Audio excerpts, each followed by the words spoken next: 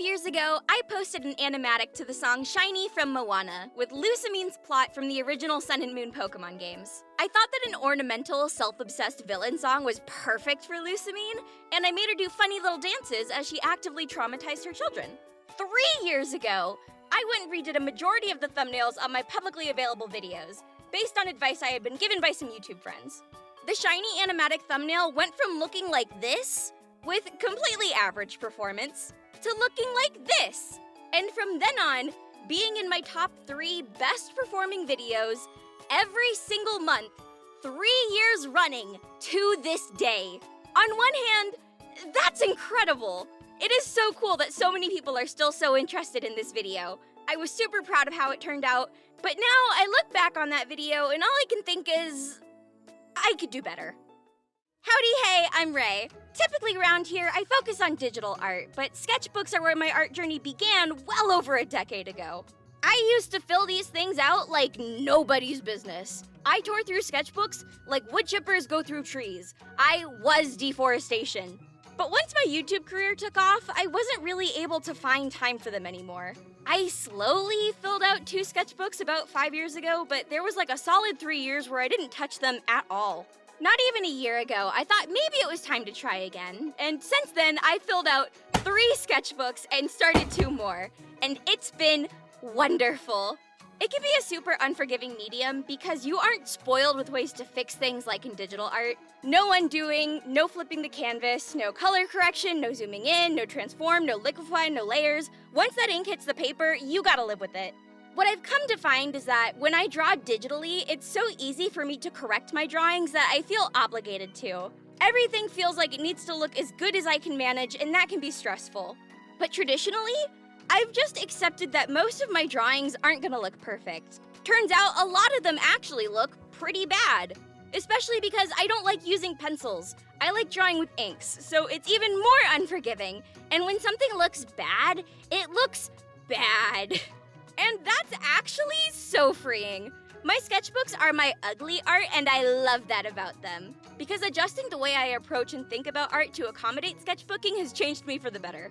I'm at a point in my art where I feel with reasonable certainty that I can make anything look good as long as I spend enough time on it. My first pass drawings don't have to look good for me to know that I'm a good artist because I know that I know how to fix them. So when I jump into my sketchbooks with just a highlighter, a pen, and some sticky notes, it isn't time to prove myself, but time to problem solve. Let me show you what I mean.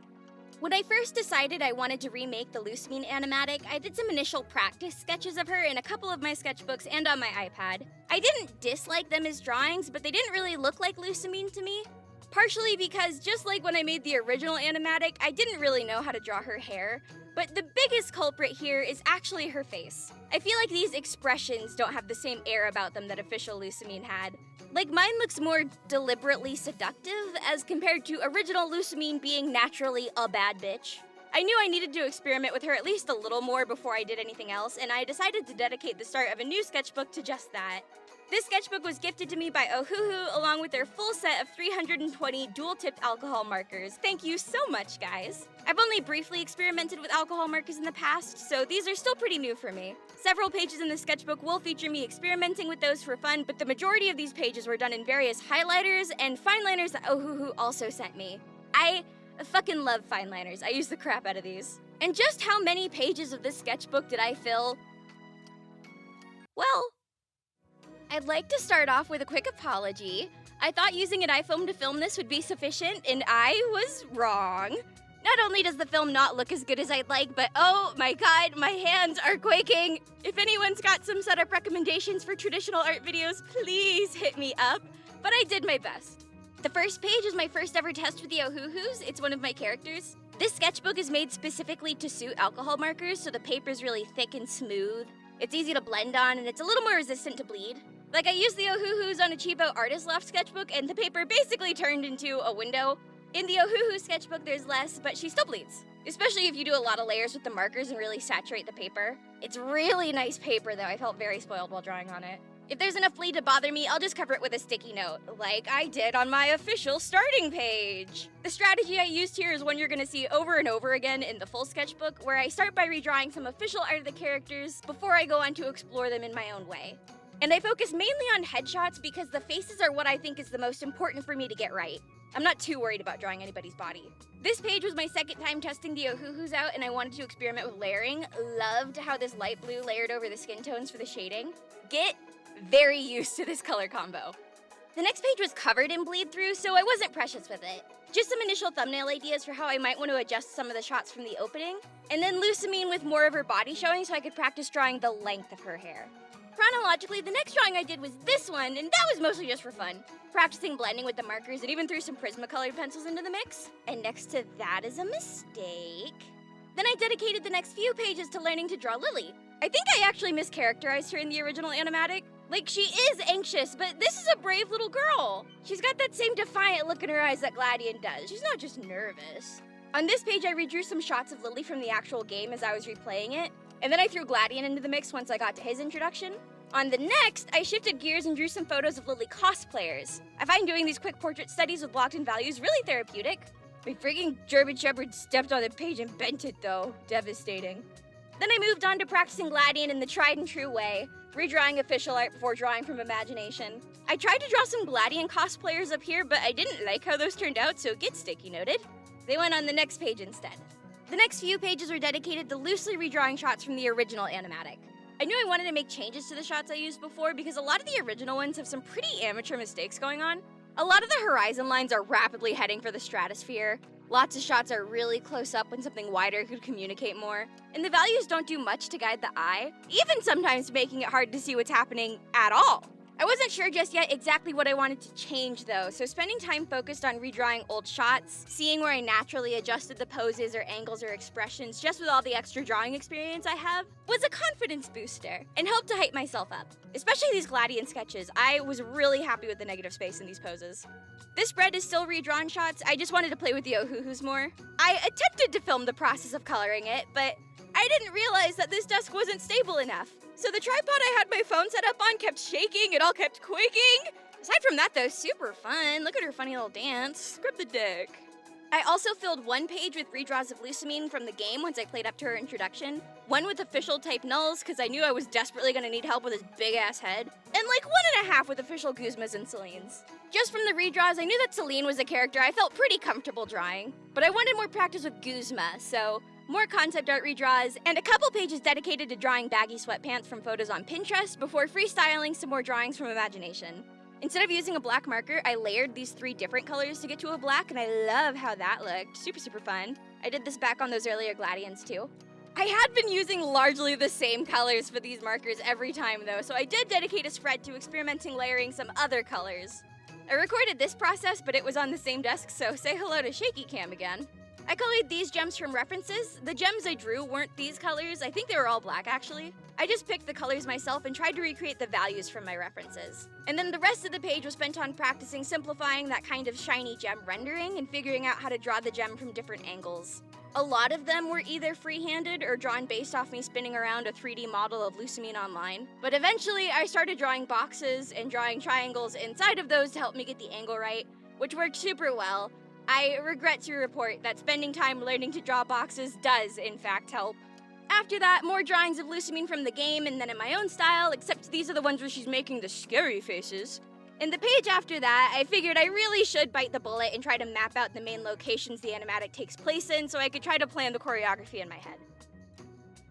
Another problem with the original animatic is that I didn't put that much thought into the backgrounds. Like, other than the Sisyphean horizons, the room that Gladian's escape takes place in is constantly morphing into completely different layouts. It's supposed to be the below-floor 1 docks of the Aether Paradise, and I don't think it's a big deal if the layout for an animation-styled video isn't 100% accurate to the game, but it should at least be consistent with itself. There's this big triangular elevator in the middle of the floor with doors to the north, east, and west, and to the south is the titular dock. This is where the water and the escape boat go. Gladian gets on the elevator, and we see the north door directly in front of the camera to his left. We know it's the north because that's where the control panel is. Lusamine starts pressing forward, so Gladian starts backing up, away from the north door and towards the west. We look to Lusamine, who should be standing in front of the view of the east door, but that's nowhere to be seen. And suddenly they're both on the elevator again, and Lusamine is in front of the north one so she could use the control panel. We turn to Gladian, who should have technically been to the west before, but I guess based on the last shot, he's at the south now, so the water should be behind him. Except apparently he's in front of the north and west doors again. The camera zooms out where we can see that Lusamine is in front of Gladian. This is clearly not even at all the same room that we were in a couple shots ago, but whatever. Gladian runs past her, the camera finally turns east where we find none other than our long-lost Docs. This cannot stand. So I drew out the initial floor plans, put Shiny on loop, and started imagining all the stage directions. And where Gladian's escape was where the original backgrounds were at their worst, it was the secret lab that I was the most concerned about finalizing the floor plan for, because Lusamine dancing around the frozen Pokemon and all the different reflections in the glass were one of the most interesting parts of the original scene. If I wanted to be able to do that and have the room stay consistent and have the dancing look good, there was a very real chance that I would have to redesign it multiple times to have something that would look good for shot compositions and choreography. That sounded mildly horrifying. But I came up with a workaround that finally gave me the inspiration I needed to start on the thumbnails for the new storyboard. And we'll get to those in just a sec after a quick word from our sponsor. Today's video is sponsored by Opera GX. You know how when you're trying to play games, having your browser running in the background is the equivalent of setting your CPU on fire? I can't have that. I need my game guides open. And Opera GX is a web browser that was built for gaming. Immediately in the side panel, you can adjust how much CPU/RAM it's allowed to use before it's capped out, since it's kind of a fancy-looking browser. And it'll bump up your game's performance more than you'd expect. Where I had the most fun, though, was when the setup process introduced me to mods. Little ways to customize your browser like you used to on old Tumblr pages. Pick one, pick a few. Your background and browser sound effects will all change to match your current settings. And I'll be honest, some of them are a little loud. I downloaded this one of Itachi from Naruto to be funny at one of my editors, but then the sound effects were... So I was really glad to find the volume settings. But if an anime boy screaming in your ears whenever you open a new tab isn't your speed, you can upload your own sounds and music to create totally custom themes to make your browsing experience unique to you. And every Chrome extension is also compatible with Opera GX. So if you want to make the switch, moving all your fun little extensions that play the Wii Shop theme when you're disappointing your wallet is as easy as 1, 2, 3. Also, while I was fiddling with the browser, I found that for some reason you could flip it 180 degrees. They said you could do this. I wasn't sure how, but I like flipping things upside down. Would love to know why you would need to do this. Please advise me in the comments. I'm so curious. Support the channel by downloading Opera GX at operagx.gg/GinjaNinja or click the link in the description box and try it for free today. That's operagx.gg/GinjaNinja. Thank you, Opera GX, for sponsoring, and now, back to the video. When I made the original Animatic, the docking room being so inconsistent was a mistake and it looked bad as a result. But if I deliberately avoid doing a proper establishing shot to define the secret lab, then I can weaponize the inconsistency. Trap the camera in the middle of the frozen displays and have them arranged like towering labyrinth walls, so scared little Lily could get lost amongst this collection of corpses. And while Lily's lost, we see her mother confidently stalking around the room, with her reflections emphasizing her two-faced personality and tormenting Lily with how fully she has control over this space. With all the new shots, I considered how to frame Lusamine as a more imposing force, how to use the background as part of the storytelling, how to get each shot to flow into the next. Don't look at this page yet, we'll come back to it. I got all the way to the end of Gladian's escape before I ran out of new ideas and decided to move on with other preparatory explorations. A page testing out different dresses for a new, younger Lily design, a few pages breaking down big cats and gray wolves from references into simpler shapes to help me draw type null, 2 approximate redraws of anime Lusamines to get familiar with the flashback outfit they gave her. I'm not going by the anime canon even remotely, I'm fully making my own version of the story. But I will steal their cute little outfits. More young Lily and Gladian exploration, Nebby redraws. And then I ran myself all the way to empty. The last 9 pages I had done in the same all-nighter. By the time I got to the 10th where I was practicing drawing Lusamine with a braid, I was fully exhausted. And I wasn't vibing with it. I actually hate this page a little bit, and it's entirely because historically I always have nasty, yucky days after not sleeping. So I look at it and I remember yuckiness, not slay, always choose sleep, be better than me. I wanted to continue working, but I needed a break, so I decided to dedicate a spread to dicking around. I actually worked on it during a Patreon stream, and I feel like these pages are better experienced than they are recapped, so I'm gonna share some clips, but if you simply do not care, then just check the timestamps below and skip to the next section to continue the sketchbook tour. Okay, so this is my scribble page that I started because I was frustrated because I get in a stinky baby mood when I haven't slept. Sharpies are less runny than alcohol markers. Doesn't seep through the pores of the page. I see. But will seep through my skin and give me ink poisoning. Whale. Every single color. Can you do a taste test? Yeah. Which one should I taste first? The top pink one, I think. Top pink. Okay. Are you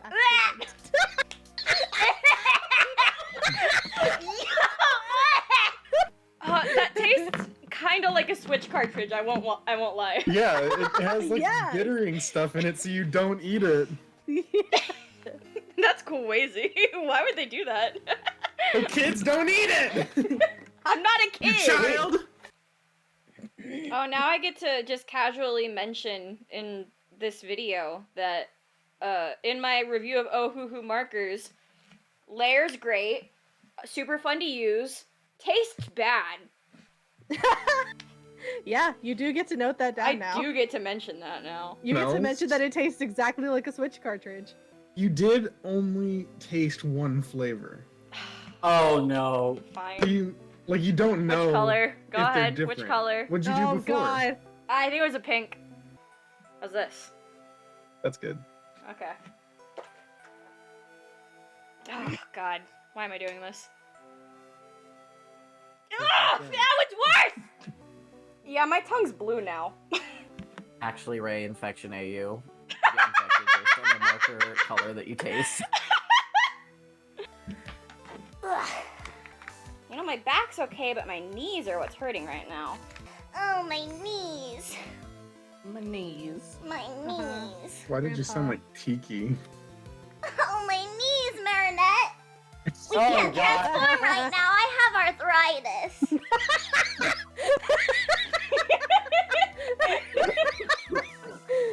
How do you guys feel about my infected Lusamine? I love her. What is that? Fucked up It's Lusamine. infected Lusamine AU. Infected AU. This might be a fun place to experiment with these freaking out hoo-hoos, actually. Hold on. Are we gonna have fun with this? Are we gonna have fun I with hope this so. freaking infection Lusamine? This started as frustrated drawings, and this, especially if we have little clips from this stream, this is probably gonna be my favorite part of the video now. Yeah, you know, I think Yeah. so. I want to use clips from this stream, please. That sounds like a lot of fun. What a great advertisement for the Patreon stream. I know. Or terrible one, depending on your point of view. I still gave myself a few days of break after that to recover, but that stream was a blast. Once back, I warmed up with doodles of my OCs and Like a Sun and Moon AU because my character Cynthia and Lusamine are both blonde babes with blank cuts, and stories that revolve heavily around them being mothers of two. Tia's more like Lusamine from the anime, though. And I clearly needed this time to warm up because even my sticky notes needed to be sticky noted. After that, I finally bit the bullet and practiced drawing Moan, referenced and then freestyled as per usual. He was actually pretty fun to draw, which is awesome because I was nervous. The next spread is one of my most treasured from this project, though. It was dedicated to rewatching different horror movies that revolved around parents being in villainous positions against their children, and recreating some of the most effective shots as thumbnails. I wasn't trying to capture anyone's likeness, instead I was entirely focused on studying the staging and values. I started with Mom and Dad, a Nick Cage horror comedy. Loved that movie, wish it was longer. Next I did a movie called Cobweb that utilizes a lot of cheats to really push the lighting to show how helpless these parents make their son feel. Very beautiful movie. And then I did Coraline. I hadn't actually seen this one in years. I was super impressed with the cinematography at all times. And working on these gave me a bunch of inspiration to go back to my storyboarding page and replan the beginning of Gladian's escape scene. Surprise! Here's the page we skipped earlier. You probably can't tell because they're just messy thumbnails, but I now fully intend to include a Coraline reference in here.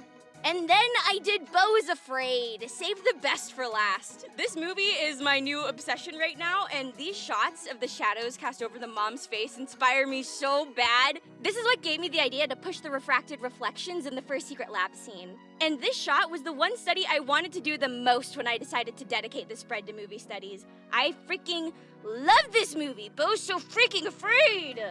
I did all of these with 3 different ohoo-hoos, and I feel like I was really getting the hang of how to blend with them, so I wanted to fully render another drawing just to see what I'd learned.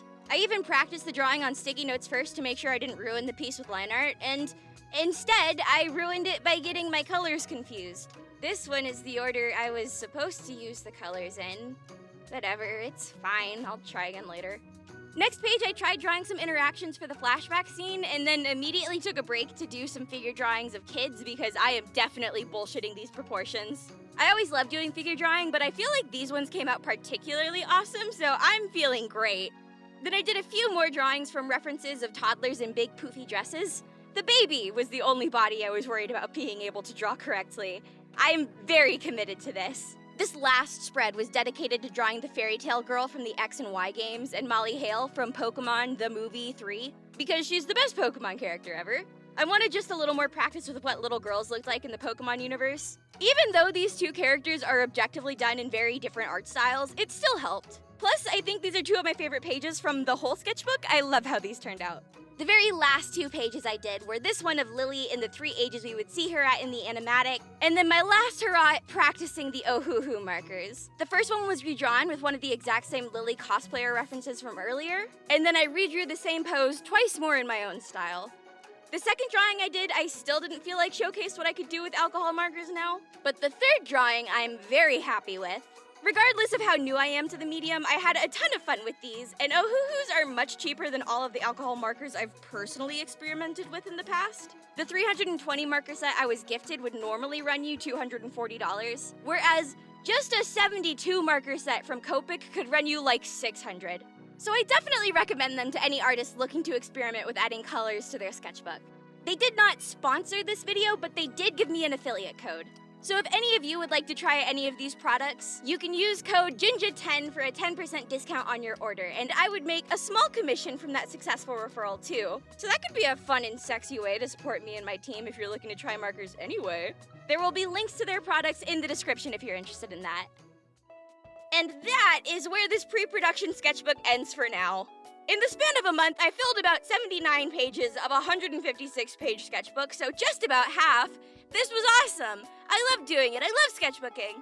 If I make any more videos like these, I'll definitely be investing in better filming equipment. But what about you guys? Would you like to see more videos like these? Let me know, so curious. I do feel that after all these pages I've done that I'm ready to start on the actual Lusamine animatic, which I have. I'll be so honest though, don't ask me when this new one will be done. The vision this time around is so much more ambitious, so it's gonna take a minute. I'm pretty excited though, so this will be chugging along until she's done cooking. Thank you guys so much for watching, and thank you to my patrons for making my videos possible. $2 patrons get access to everything I post, like works in progress, updates for this particular animatic as it gets made, maybe even more sketchbook pages, who knows? $5 patrons get access to twice monthly live streams, so if you liked those Lustmina stream clips earlier, then maybe join us for our next stream. And $10 patrons get your name at the end of my videos just like this. I've been handwriting them lately, so I thought putting them in my sketchbook this time would be cute. Thank you guys so much for watching. I hope you're having a good day, and I'll see you later. Bye! She, thank you so much and bless your. Oh my god. Stop! Hey, there we go.